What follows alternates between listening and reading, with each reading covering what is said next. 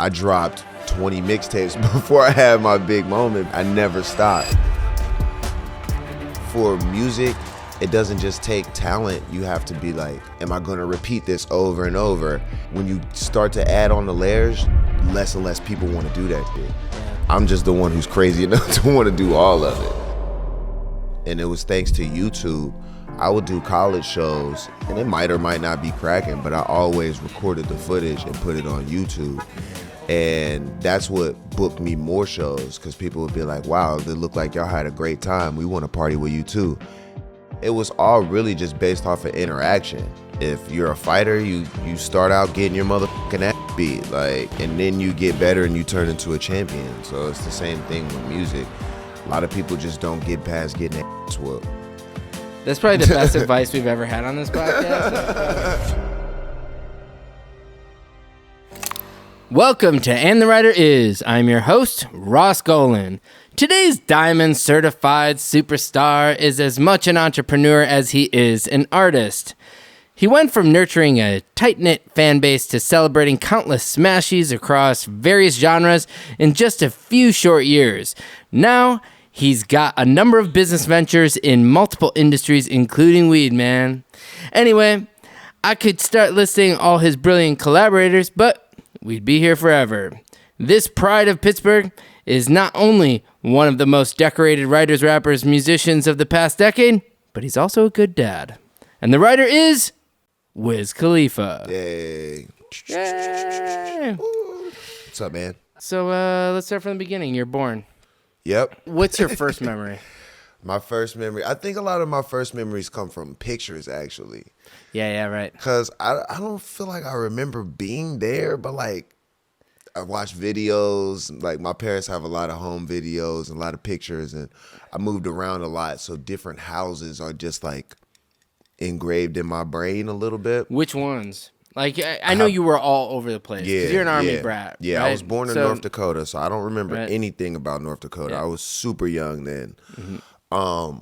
Then I moved overseas to England, Germany area. I do remember that. I remember my dad had a house with a pond, and I remember my mom's neighborhood because I learned how to ride a bike there.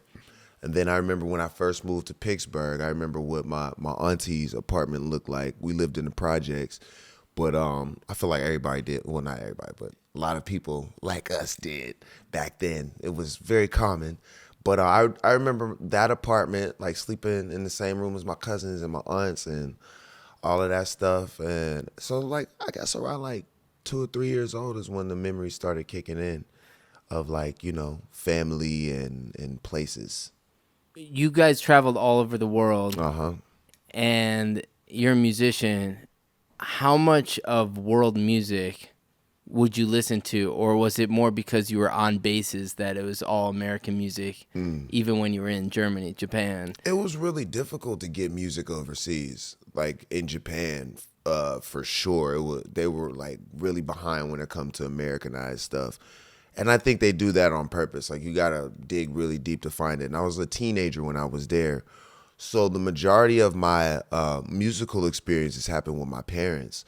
I was born in '87, so I'm growing up in the '90s, and they listened to, all '90s R&B, all early hip hop, everything that was breaking through at the time, all of the movies at the time, New Jack City and Menace to Society and all of that stuff.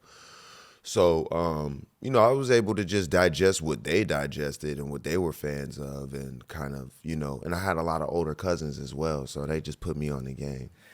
Do you remember the first song that you would, sing around the house? I do, man. It was my aunt. She put me on a Slick Rick, children's story. That was one of my favorite songs. And I got my first Walkman. It was the tape player. You know what that is. And I would just listen to that shit over and over and over and sing the lyrics. My Aunt Rachel. It's hard to explain what it was like to have, the Walkman and then going into your Discman, and what, we're all traveling around with a book of CDs. So you're just trying to explain that to a new generation is so hard.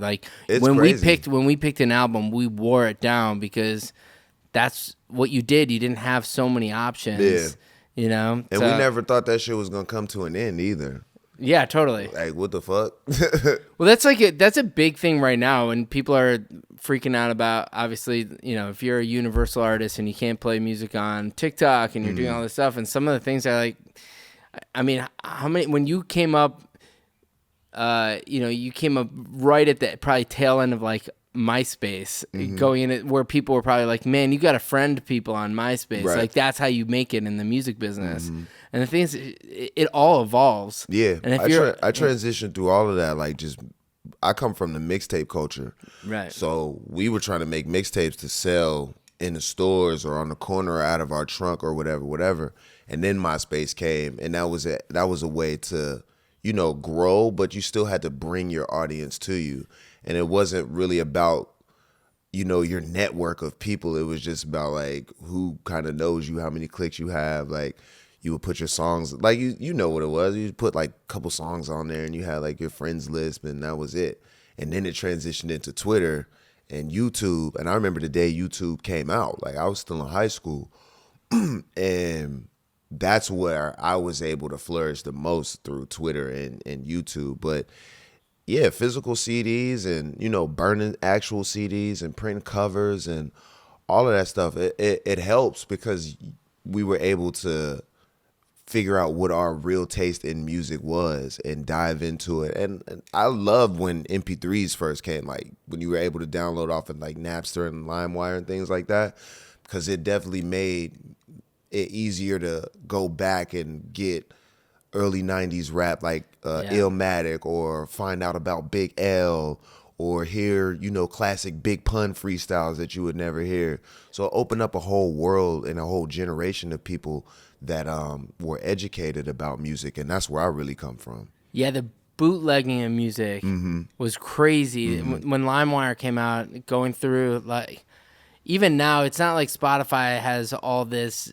all the live music that, some of these great musicians would travel around and the fans would just record every performance. In LimeWire, you could go and get everything. Yep. Kind of what you'd get from whatever other normal social media now. But like the fact that you could find it all in the same place you'd find the masters is pretty crazy. Yeah, it was just wide open, bro. It was wild.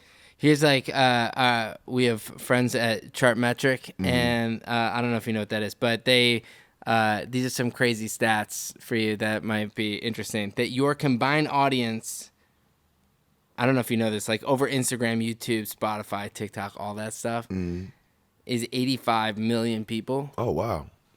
And so, and when you think that that's like, this how massive of a audience that you've created from diving into like we're gonna going into Twitter, going into YouTube and all that. It's just so many people. I mean, that's it's a third of our country. That's really cool. Follows you. That's kind of wild. That's pretty awesome. Actually, I kind of like. I just go through this anyway, just because these are kind of wild stats. But do you know what your most listened to city is? No, I don't. Sao Paulo, Brazil. Oh, that makes a lot of sense. Why does that make sense? Because they're crazy. Like they're really supportive in Brazil. It's just fascinating. It's not like English is their first language, and you're a wordsmith. Yeah. So I was like, it's just hard to like. There's certain artists that are like with the trends, and then there's certain artists who define the culture. And to people in Brazil, my name is one of those names that just defines rap. Like, if you say like 50 Cent, Eminem, Snoop, Wiz, like, you know what I mean? It's very, very high up there. So I'm not surprised. It's amazing. Yeah, it's why, I mean, people latch on to whatever cultures that, especially outside of America. And that's the thing about, I feel like I've had an advantage from living other places, is I do know how important it is to connect with people in other countries. And, luckily, just being raised the way that I was raised and being able to communicate with people, my music does that too. Like, of course, it's going to translate in America, but the trends go up and down so much. But out of other different countries, they only have a certain idea of what American culture is. And they stick to that. Like, they don't move in and out with the trends as fast as we do. Well, you know, that it's so strange to think worldwide, but when you also are talking about, you know, you start from mixtape and mixtape culture. The mixtape culture is literally like, now when you think of mixtapes, everything seems digital. But when you're starting out, you're literally, like you were saying, burning CDs and probably getting either people to buy it or giving it or whatever it is. But mixtapes are like hoping that the other people burn them and that it goes through like one person at a time, truly word of mouth. Right. But then to think worldwide, where it's like to go from, you know, the first mixtape, Yeah. you know, all the way to Brazil is just a wild. Like, yeah. The concept that we come from mixtapes is for promotion. So you're promoting yourself for the big moment. And I dropped fucking 20 mixtapes before I had my big moment because I never stopped. And I was always putting in the work. And I'm like, if people don't understand me, I understand me. And this is what's going on in my head. And, you know, these are the things that I'm going through. And this is how I'm, you know, turning it into art. And, you know, I'm still the same way, but music is digested a little bit differently. And I have so much of a catalog. Yeah. People can catch up to where I'm at. Like, there's still generations of people who are diving into my old stuff. Like, you know, you might hear the things that are on a commercial level, of course. But I have so much. Yeah, I have so much that you could just dive into and get lost and find your own personal favorites, to where, you know, the mixtapes help to build all of that by just, you know, subconsciously constantly creating. I heard you mention that, you know, your uncle was the first person who kind of showed you that you could actually write. Yeah. That like anybody can write a rap. Mm-hmm. What's the first rap that you wrote? Do you remember it, or was I don't remember the whole thing, but I remember what it was and what the name of it was. What was it? It was called Cool Cat. Okay. Because like my uncle, he had wrote a verse for the same song, and was it a beat that already had a hook on it? It was no beat, honestly. I don't even think I don't think we had a beat, because this was in the mid '90s. So either you had to buy the tape and get the instrumental, or you had to loop it up yourself if you knew how to do that shit, or we would download lyrics from the songs, so we couldn't get the actual beats at that time. So when we were writing, I don't remember what we wrote it to. I think we just wrote it to like our own cadence, and he had his verse already, and that's when he rapped me his verse. That's when I was like, damn, that shit sound all right. And he was like, you could write a verse to it too. And he just taught me how to do it. He taught me how to start it and what to do in the middle. And I don't think did he teach you how to freestyle, or did he teach you how to, like, there's a difference between obviously freestyling and writing in a way. Was it natural to just start freestyling off the top? And was it that the process? Nah, it was a process. It was more like learning other people's songs first, like getting my timing down pat. And then I started writing my own shit based off of that. Like I would write like fast shit because I like Bone Thugs and Harmony, and I like Twista. So like I wanted to be the fast rapper. Yeah, Busta Rhymes and shit. I wanted to be the fast rapper. And then it comes to like, you know, you're around everybody. Now the beat's on. You might have one written, or it's like, let's just make up some shit. And then that's when the freestyles start to happen. Sure. And then, you know, when we got older, that's when we start battling each other and battling other people, because it gets competitive. But it's really just a process of like, you know, figuring that shit out. Because how old were you when your uncle showed you that stuff? I was in like 2nd or 3rd grade. Yeah, and you were that's what I was about to say. We were kids, you know what I mean? We were just children and shit. Yeah, it was like mid-'90s. I got a Tascam 4-track from well, whatever. I didn't get my first Tascam till 2001. Yeah, that's that's pretty late for a Tascam. If you're getting a 4-track tape, but that was definitely like I'm obviously younger than you. Fair enough. Well, not so obvious. I look pretty good. I mean, not that you said you had your Tascam in the 90s. So okay, fair enough. But I still have it in my garage, and I'm just like, it's like that thing where I kind of want to bring it out and use it, but I also am like so scared of what it may like hold. Yeah. But yeah, I mean, there's something about that. Like, having to learn on the fly, and the kinds of people who aren't in LA, who don't necessarily have access to recording studios, whose parents might not be in the business, and you're trying to figure out, well, I kind of like doing this, and if I don't get this thing, I can't do it. Yeah, you know, there was no concept of like what that shit looked like. Yeah, totally. To us, we were just like, we seen rap videos and that was it. Like, yeah, you know what I mean, like.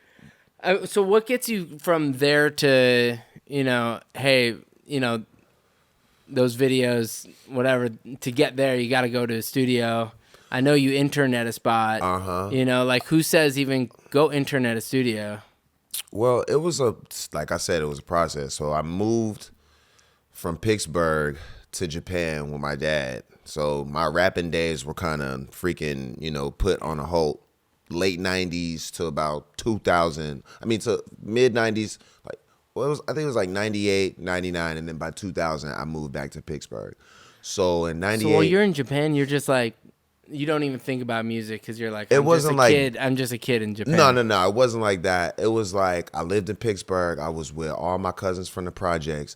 I moved to Japan with my dad. He was like, what the fuck are you listening to? Took all my music away. And because I was a kid. He took all my music away that had cussing in it. He did what a good parent would do because I was listening to some crazy shit. But he ended up liking DMX. That was one of his favorite ones. He was like, I like this one. I'm going to take this one. Yeah, right. But in Japan, it was hard to get new music. It was really hard to get it. So I had to go without, we didn't have music videos. We didn't have shit. I wasn't up on shit for a few years, like at least 2 or 3 years. Then I moved back to Pittsburgh in the year 2000, and then that's when I started rapping again. I was with my cousins. Napster was out. I was able to download MP3s. We was able to download instrumentals. We was battling each other. We were fucking hip hop heads, finding out Wu-Tang, like, you know what I'm saying, here and experiencing all of that shit for the first time too. Then I moved away again from Pittsburgh to Oklahoma with my dad. That's when I started working in the that's when I got my Tascam. Got it. That's when I started working in the studio with him, writing my own songs, making my own beats, producing my own albums, and just really practicing. I was a 14-year-old kid, so it wasn't on a level where like fucking Clive Davis was gonna hear it. I was just a kid in Oklahoma practicing, sharpening my craft. Then I moved back to Pittsburgh. That's when I started interning at the studio because I would pay to go there. But based off of my skill, they were like, damn, bro, you're better than the adults that come in here. Like, you record fast, your voice sounds good, you know how to stack, you know how your timing is good. Like, they just noticed a real level of skill in me that they didn't have at that time. And that's what allowed me to, flourish in that studio. And then that's where I became who I am. Those people from, your uncle, your cousins, your friends, the other people that you were coming up with, were they envious of you, or were any of those people that you'd be like, man, they deserve a shot? Are any of them really talented and just were never discovered? No, it comes down to the work ethic. Yeah. I outworked the shit out of everybody that I was around. Yeah. Like, so there's no envy because I involved everybody. Like, every step of the way, I was making mixtapes with my uncle. Everything that we did as a group. When we did shows, when we did whatever, if I got booked for something, or if I was doing a mixtape, I made the cover, I made all of that. It was a group thing. So the separation was I just worked harder and just went. I think for music, it doesn't just take talent. You have to be like, all right, am I going to repeat this over and over? Am I going to, travel now? Am I going to, what I'm saying? There's a lot of things that when you start to add on the layers, less and less people want to do that shit. Yeah. I'm just the one who's crazy enough to want to do all of it. Well, there's this thing about how you can't teach taste. Yeah. And like when you're born, you're kind of born with a certain level of taste. Mm-hmm. And people like you, I'd like to think people like me, but like when the first stuff you're recording is kind of shit. Mm-hmm. It's not terrible. It's enough to keep you going. But you're hearing like the icons on radio. You're hearing these people. You're like, man, I know I can get there. Mm-hmm. so I'm gonna just keep doing it because there's something in there, and you listen back like it feels good when you're doing it, and you think it's a smash, and then you listen back and that was shit because then you listen to the radio and you're like, oh, that was way better than what I'm doing. Yeah, and it's just constant like the taste and drive are really somehow connected. Yeah, it's like those who have really refined taste and can look at themselves honestly can be those are the ones who improve and become like. Have a discography when they're older because 100%. they got past the shit. Yeah, for sure. I mean, a lot of people get stuck in the shit, and anything that you do, you have to practice and you have to get better and better. If you're a fighter, you start out getting your motherfucking ass beat, like, and then you get better and you turn into a champion. So it's the same thing with music. A lot of people just don't get past getting their ass whooped. That's probably the best advice we've ever had on this podcast. So probably, how soon after you're getting this studio time in Pittsburgh, you're recording these mixtapes.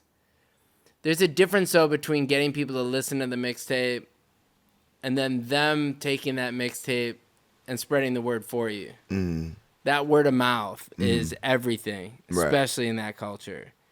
Like, when did you have that first mixtape? Because it's got to be before the Kush and OJ. Like, what's the first mixtape? What's the first song that people are like, hey, no, there's those guys that you were saying, like, they heard that you had the talent. That's still a different level than when some random person's like, hey, have you heard this? This is incredible. Like, what's the first thing where it's like the word of mouth was doing it for you? My shit was so organic that it wasn't just a song or a tape. It was me. It was always me. Yeah. Who is Wiz? Why do people want to chill with Wiz or party with Wiz? And I was doing shows, and it would happen through the internet, and it was thanks to YouTube. I would do college shows, and it might or might not be cracking, but I always recorded the footage and put it on YouTube. Yeah. And that's what booked me more shows, because people would be like, wow, they look like y'all had a great time. We want to party with you too. And then that's where I would release my music based off of where I was at and just start doing mixtapes, and you know what I'm saying? So it was all really just based off of interaction. And that was the moment that it all started to come together, because I had a lot of music before then. I had Prince of the City 2, Prince of the City, Star Power, Deal or No Deal, or Show and Prove. I hadn't dropped Deal or No Deal. So I had a lot of projects out, but people weren't really connecting the music with the name. But when I was able to go do shows and put the footage on YouTube, that's what made me more of a, person that people wanted to reach out to and be like, have you heard Wiz? Well, this is what, we do when you put Wiz on. Oh, we smoke to it. We party to it. Oh, yeah, a bunch of chicks is going to come out. Invite Wiz. Fucking, we got a budget for blah, blah, blah. We want to spend it on Wiz. That's when that shit started happening. And then just the brand built more than anything. Is it, at what point are you Wiz? At what point do you say, like, what does your mom call you? She calls me Cam. And what's the point where you're like, nah, I'm Wiz to everybody else? Well, shit, just growing up in Pittsburgh, everybody's going to call me Cam, like, just naturally, because that's them is the people that I went to school with. But being in the studio, it's like, I'm not Cam, I'm Wiz. So that's when it really started to happen. Are you an alter ego in the studio? Do you think of yourself as are you like, do you put on a cape when you're in the studio? I think just me performing and showing my real talents is something totally different from me when I'm chilling and talking. Like, I'm two different people when I'm doing on stage it's like a whole thing. Right. Yeah. You see the passion, you see why I'm good at what I do. But if I'm just regular, and when I'm Cam, I'm just a nice guy. You could tell I'm somebody when you look at me. Like, that's why people were entertainers. They're like, he do something, but it's like, I'm not fucking performing at Dunkin' Donuts, like, you know what I mean? I'm in and out and I'm chilling. That's so rad though. Okay, so here's a segment we'll call "What Would Mike Karen Ask Wiz Khalifa on?" And the writer is, And Mike said, and we'll go into the Kush and OJ thing here. He goes, were you in a euphoric state when you chose the beats like Waken, Baked, and Memorized on Kush and OJ, or did the beats bring you to that place? A euphoric state, like on drugs? I don't know. I think the idea of like those songs are so good that I think the idea is like, did you hear the beats? Like, did you come at it and you were like, yeah, maybe it was on drugs? Yeah, I think he's trying to say it was on drugs. I love Mike. What euphoric state were you? I love him. To be like a nerd about it, I'm super duper sensitive to feelings and emotions. And at that time, I knew exactly what feelings and emotions I wanted to bring to the music. So if the beat didn't sound like that, I would turn it off. But if it did, I'm diving straight in. And to be specific, the beat, the feelings and the emotions were, at the time I was traveling a lot. I'm smoking, I'm drinking, I'm partying, and it's waking up the next day. And it's like seeing the scene. It's like feeling the feelings, and it might be the sun going down or it might be the sun coming up. You know what I mean? But it's really like the appreciation for the moment of where you're at and what's going on. And that's what those beats would bring out of me. And that's why I chose those to be the backbone of Kush and Orange Juice. Yeah, it's so good. Yeah. He also asked, what songs did you spend the most time writing? Which ones were the fastest, like freestyle? The songs I probably spent the most time writing was like Never Been. I spent a lot of time writing that one. Why did that take so long? And what does that mean to you? I think that one took so long because, if I remember, I had recorded a lot of songs up to that point, and I just didn't want that one to sound just like everything else. I wanted it to make sure that I intentionally wanted that one to stand out. So I took my time when I wrote that one. Mesmerized was one that I wrote really, really fast, like instantly, just super fast. Kid Frankie I wrote really fast as well. Or you just talking about Kush and Orange Juice or just in general? I don't know. I'm just reading Black this and question. Yellow, I wrote hella fast, bro. Like I surprised myself how fast I wrote that one. It's so frustrating when like I guess I have a couple songs that really worked out where it turned out it was the freestyle that like created the chorus and whatever. Mm-hmm. But like when I think of you writing it really fast, I think you literally like just wrote it like straight through, like bruh, like as fast as it takes you to say the lyrics is how fast it took me to rap it. Like each bar, I just did one bar, did another bar, did another bar, did another bar, finished that verse, did the hook, did the second verse the same way, did the did the bridge. We was out of there. Well, I think because you just mentioned it, we'll just go to the next segment, which is what would Stargate ask Wiz Khalifa and the writer is. And Tor Mikkel, first they said, "What's up, Wiz? What's happening?" First, we just want to say that when we were kids in Norway, we always dreamed of making a real rap song. You made that dream come true when we made Black and Yellow together. And for that, we'll always be grateful. So shout out Mikkel and Tor for that. And they have some questions for you. Love them. Yeah, I do too. The first question they said, can you name 3 big decisions that you made that had a real impact on your life? That's a crazy question. Yeah. That's like super deep. But they asked the question. So what would your answer be? 3 big decisions: making music, having my son, and letting them arrange the hook on Black and Yellow. Yeah.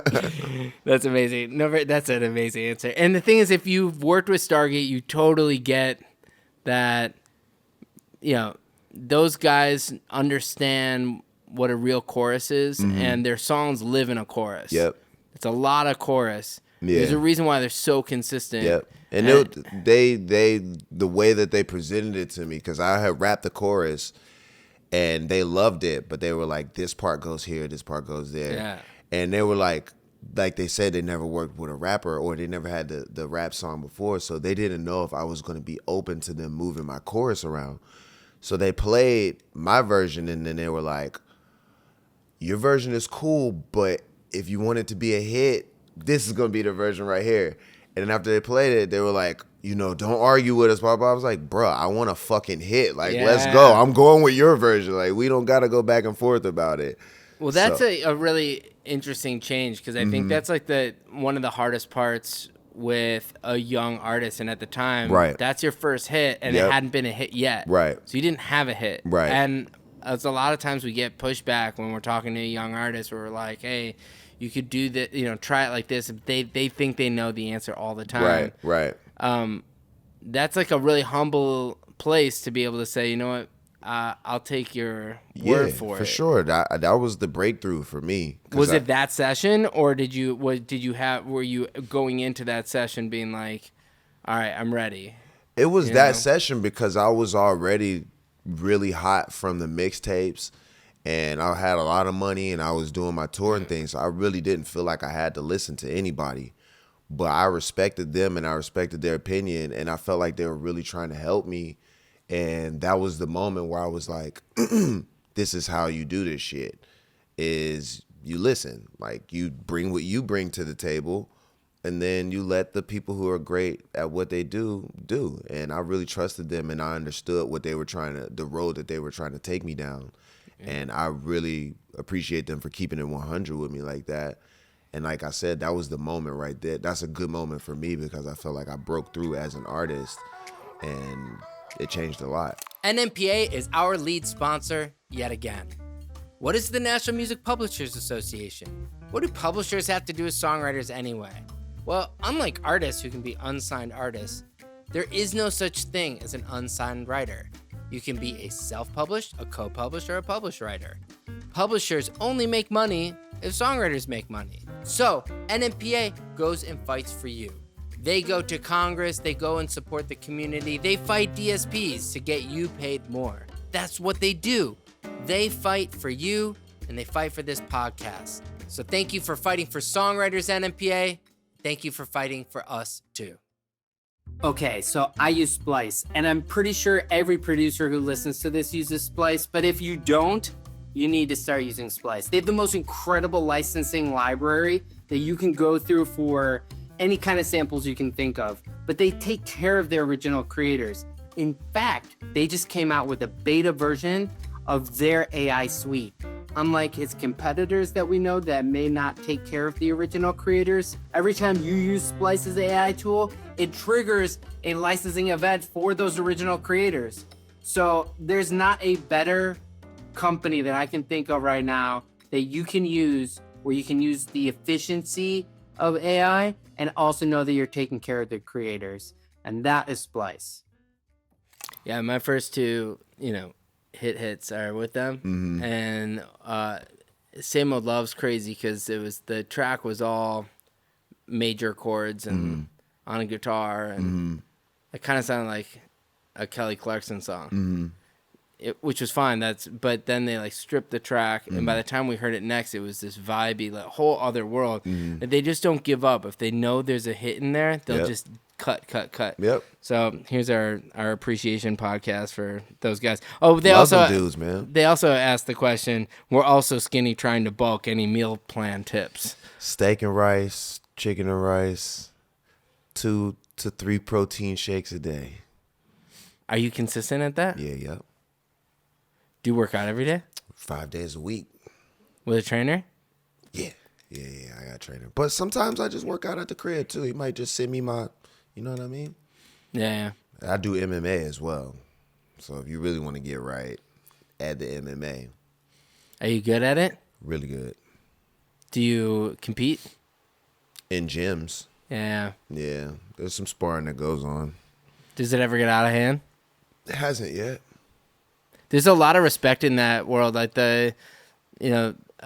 people who are really good at martial arts, part of the ethos is to almost invite people in. Mm-hmm. So you treat people with respect. If you're way better, you don't try to just kill the guy. Hell no. You try to help them and get You're gonna better. feel it, a lot of the times you don't want to make it too easy on them, because the best way to learn is to feel it. Yeah, none of us want our dads to let us win. Right. But if it gets too turned up, there's control. That's the word that we use. So sometimes you might get a guy who's a little bit, you know what I'm saying? So instead of returning his energy, might fall back a little bit, or you might let him know, hey, bro, I got it too. and then now we take it down. What was your martial arts that you would that you studied? I do taekwondo, Muay Thai, and jiu-jitsu, and I also do boxing and wrestling. So when do you have time to do anything else? If you're doing 5 days a week of working out and doing all those things, like you're spending like 2 hours a day working out. Mm-hmm. Yep. It's got to help your performances when you do shows. I was already good at that. No, not that. It's not like you're like. It's not like I'm envisioning you like kicking on stage. I mean, I'm just thinking like you're I really you think gotta be able to get through I'm for sure you can get through a 2 hour show. I think it's the reverse. I think being able to have breath control on stage helps me perform when I'm doing martial arts. I think it's the reverse. So I know you kind of got a little off topic, so I'll just like go a little bit further. The mixtape stuff really kind of blows up. You kind of get signed by you have record deals that get you to the major record deals, but shit really changes once you have, once it gets on the Atlantic train. Mm-hmm. Why did that change from Atlantic improve your career path over when it was originally signed through Warner? Because Julie, Kaiser, Craig, Mike, my A&R's V at the time, even love Svi. You said what? I love Svi. Yeah, Svi's cool as hell, right? Yeah. Even Riggs when he took over. Nice. Who else? Marsha. All of those people, Manny, all of those people really, really understood me and let me do me. And that was the whole thing about me signing over there was we're going to let Wiz do Wiz. And I think I was really fortunate to be in that situation. And it hadn't been done like that before. They trusted me and still do trust me, but I'm not on Atlantic anymore. But they just trusted me as an organic artist and somebody who knows my own fan base and can make my own best decisions for myself. And literally just got behind all of the things that I believed in and made sure that, my fucking Taylor Gang dreams came true. And that was the difference because, when I was signed to Warner, they really didn't have any idea what to do with me or, what my look was, what my crowd was. But for Atlantic to be doing so well at basically like putting together their artists and then let me come through and just decide whatever I want to do and it worked was like crazy, and it was unheard of. People weren't doing it. And I just feel like that was the reason that it was as successful as it was because we were a team as opposed to them saying, Wiz, sit down. This is your blah, blah, blah. This is that. This is who you can and can't work with. They let me write my records. They let me pick which producers I wanted. They let me direct my videos. They let me direct my photo shoots, all of my, marketing and packaging, whatever I wanted to look like.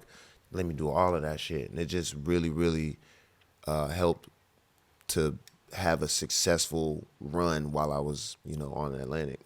Yeah, I think them recognizing that you don't need to have an external person do that is as good as a record label job as somebody who's like, if you don't have any idea what you should look like, that they can like actually help build a team around that kind of artist. Yep. But if you have an artist that really does know their aesthetic, like like what they want their tours to look like, all the whole thing, to encourage them and to like support that, that also is a really good, that's amazing because not every record label does that. Hell no.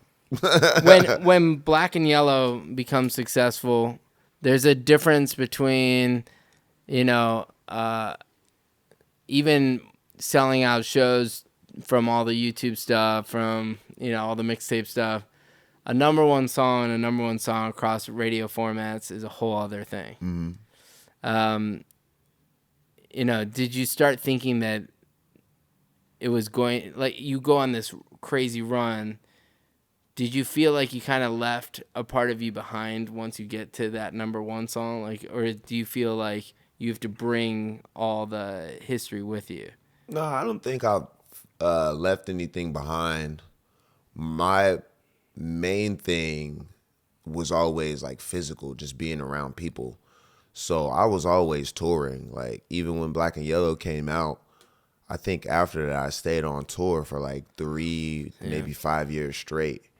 So I was just That's going. so crazy. Yeah, I didn't have no time to like really soak it all in. Who or nothing did like that. anybody tell you like, hey, you should slow down? Nah.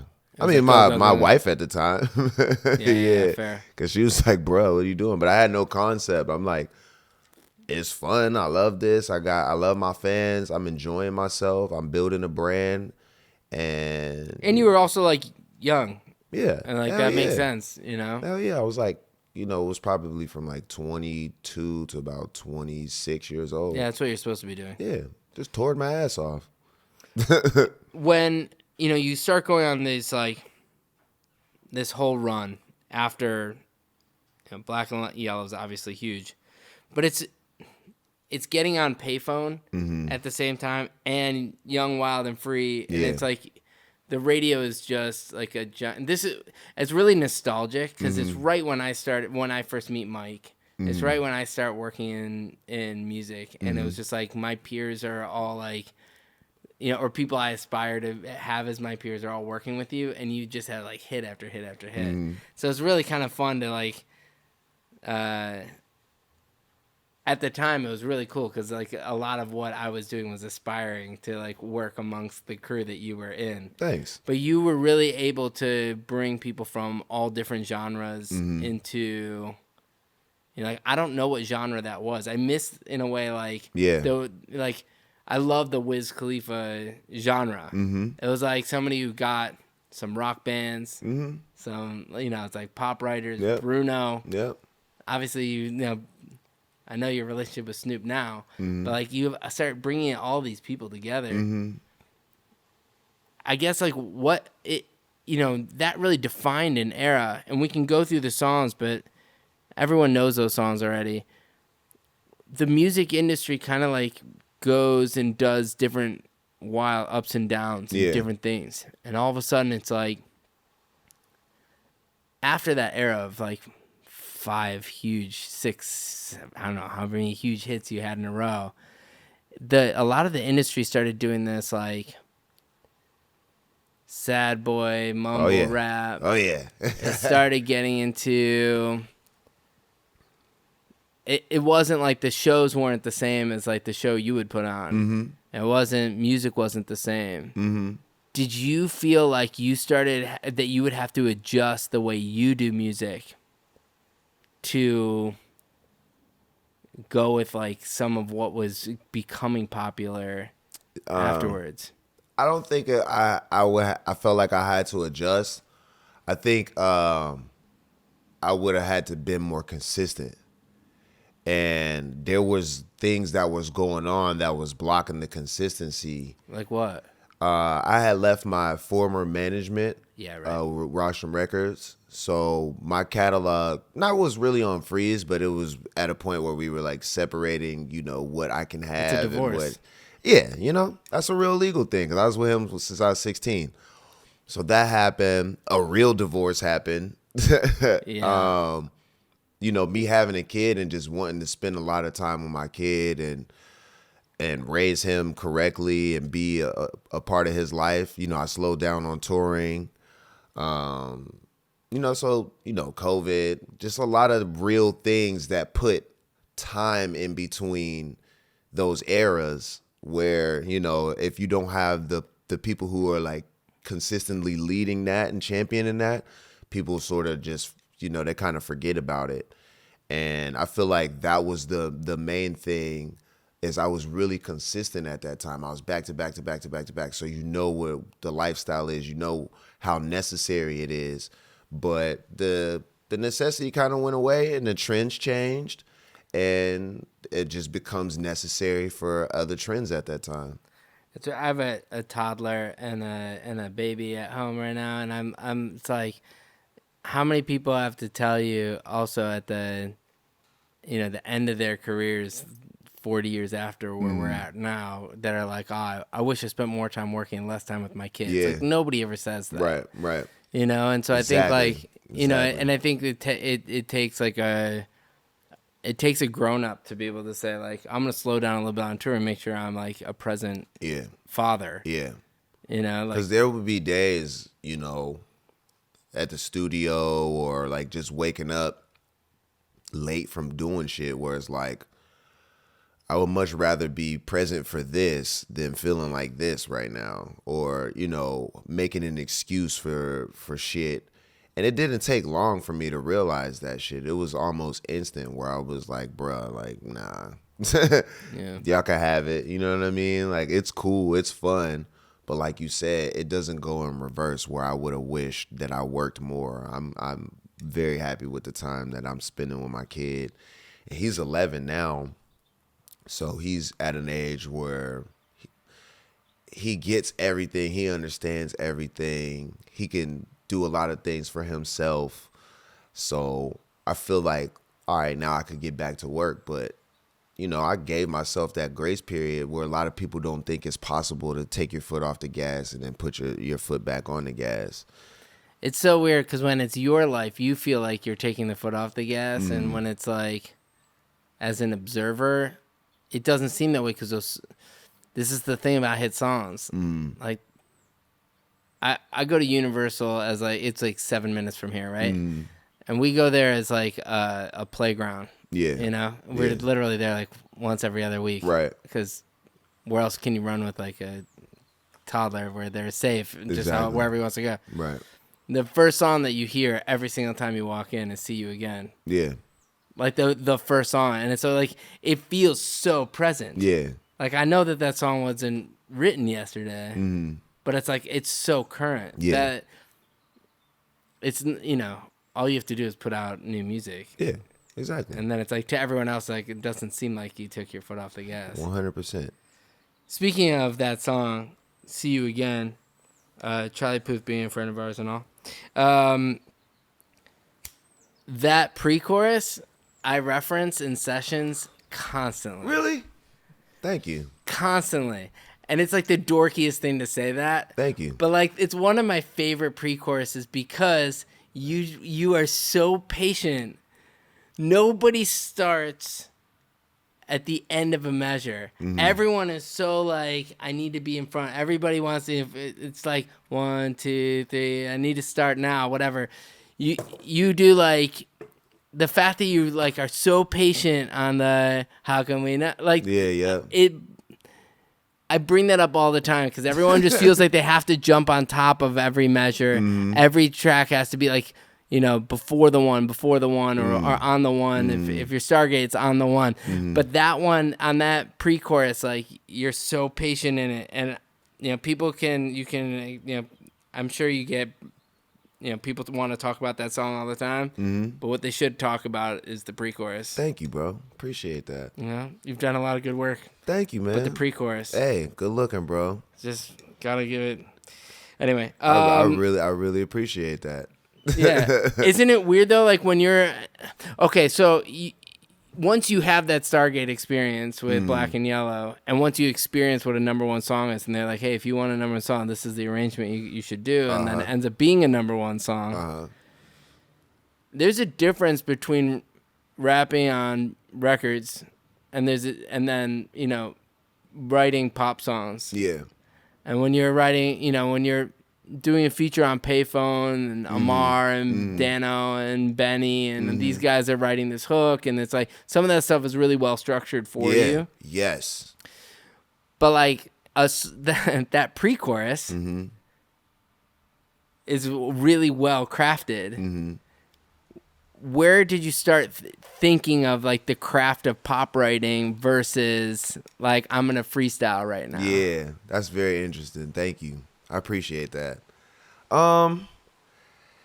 Damn, bro. I just love different music and how it makes me feel, and to understand where it goes and what happens when it's appreciated.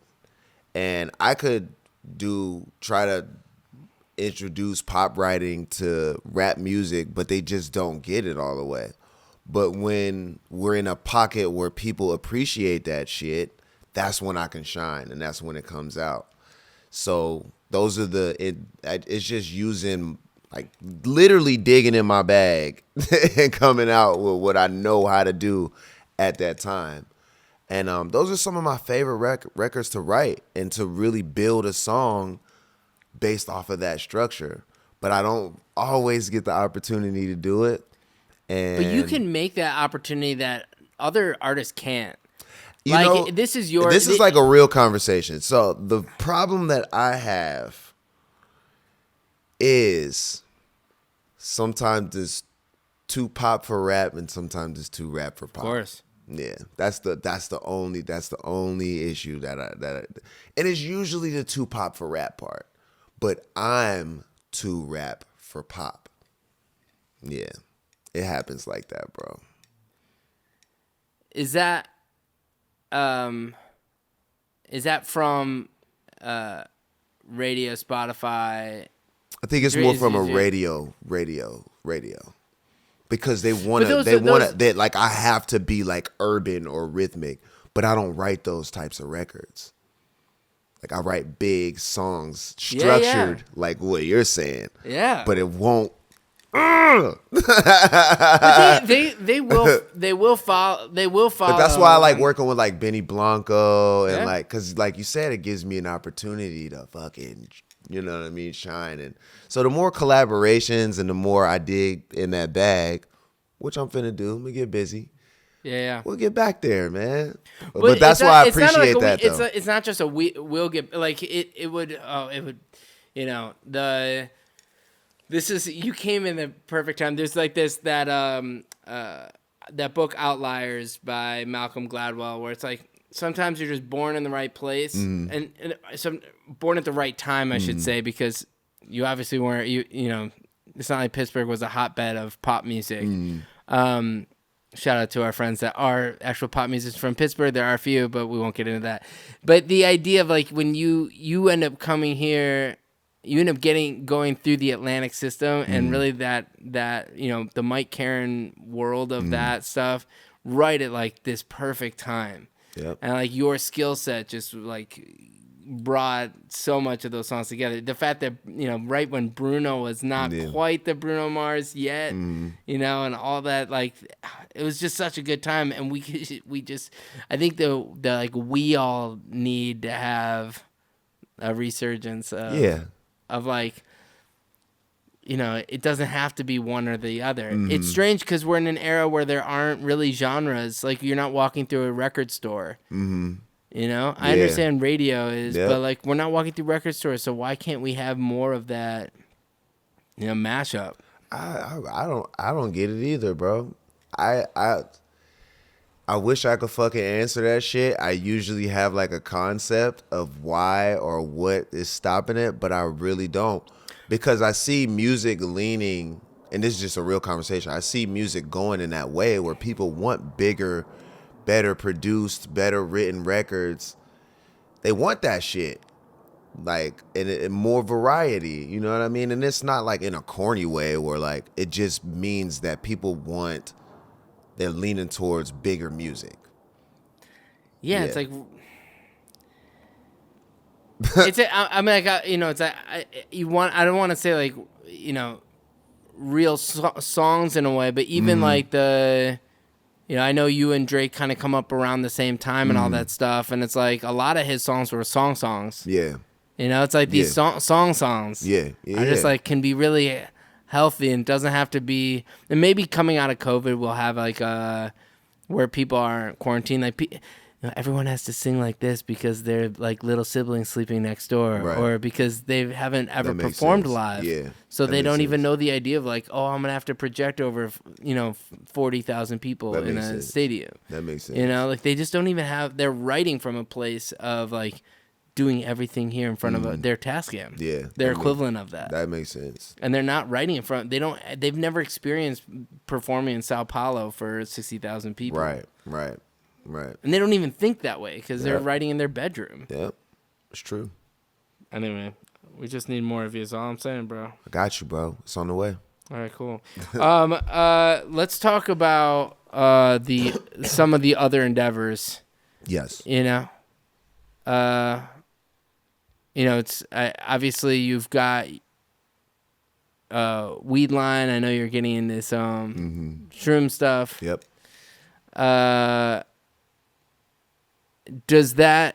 It feels like that industry is really saturated, and yet I know that like that's coming from someone who lives in Los Angeles. Mm-hmm. I know half the country hasn't even experienced it yet. They're still like having to do it how we used to, you know? Mm-hmm. What is it like? What should we expect from the industry of the weed industry? The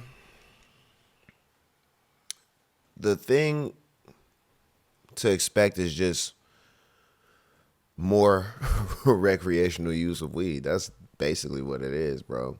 Like, the laws are changing. A lot of places are still medicinal to where you have to have a card. But my brand isn't like weed stores or anything like that. It's actually shipping to places who have a constant customer service. Or so we're in we're in Pennsylvania, we're in DC, we're in Florida, we're in Arizona, we're in Colorado, we're in a lot of different places where it's not just like a mom and pop weed shop. Like, shout out to them. But it's moving away from as hippie as weed shit looks and seems, and is becoming a more of a corporate everyday thing. And that's what my brand is gearing up for. What's applicable from your music career that helps you run a weed company? Like you said, my taste. People trust my taste and the plant, and that's what sells my product. Do you smoke other products? No. I've only been smoking mine for 10 years. Well, not 10 years, but for as long as we've had the plant. Right. And it's 2024, so almost 12 years, yeah. I sold shrooms in college. What's different from the shrooms I sold in college to the shrooms that you... Right now, the psychedelic mushrooms aren't legal. Right. So these shroom kits are more like mental, lion's mane and shit like that. And these like homegrown. They're starting out with these more natural, untrippy shrooms. Right, of course. And there's other countries where the trippy shrooms are legal. So, So are you guys doing both depending on the country? It's good to get ahead of the game. Got it. Yeah. Do you guys, do you go to DC at all? Like, do people go and actually campaign for changing laws and whatnot? Yeah. Do you guys get involved in that? Yeah, we do tons of conferences and things like that. And there's a lot of different cities where, they're releasing people from jail for weed crimes and things like that. We're behind all of that stuff. Yeah, that's crazy. That's a whole other conversation. It's cool as hell, though, that it's happening. Yeah. Because if weed becomes legal, then, everyone who did a crime based off of that shit should be released. Yeah, probably. Can't make money off of us no more. It's real. Well, okay, so last segment we're going to do a 5 for 5. I'm going to just name 5 things and, tell me what comes off the top of your head. All right. We'll start with Pittsburgh. 5 things that come off the top of my head? Well, just one thing that comes off your head. I'm going to list 5 things. Oddly, I just thought about Mac Miller. Oh, wow. Yeah. He used to live right here. This is the, like... Oh, he did live off of Laurel Canyon. Yeah. This is where all the... Yeah, it's crazy.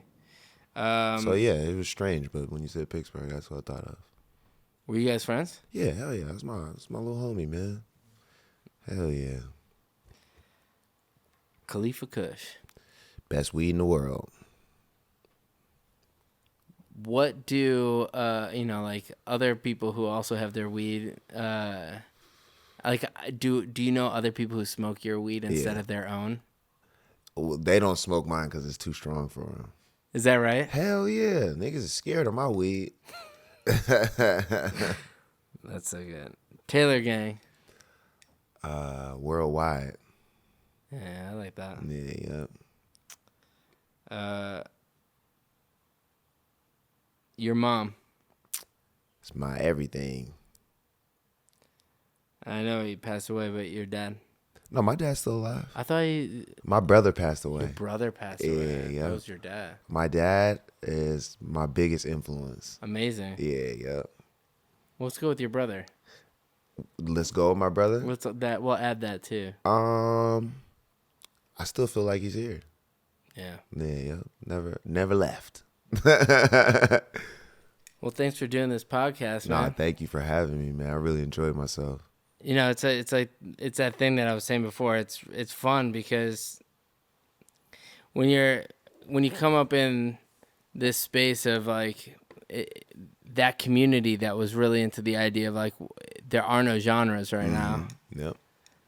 It was so inspiring, and really there aren't a lot of artists who can bring that kind of thing back or keep that thing alive. Yep. So I'm putting a lot of chips in your game. It's gonna happen, man. I appreciate you. I appreciate you too, bro. Thank you for that. I need that energy. That energy is gonna push me. There we go. Hell yeah.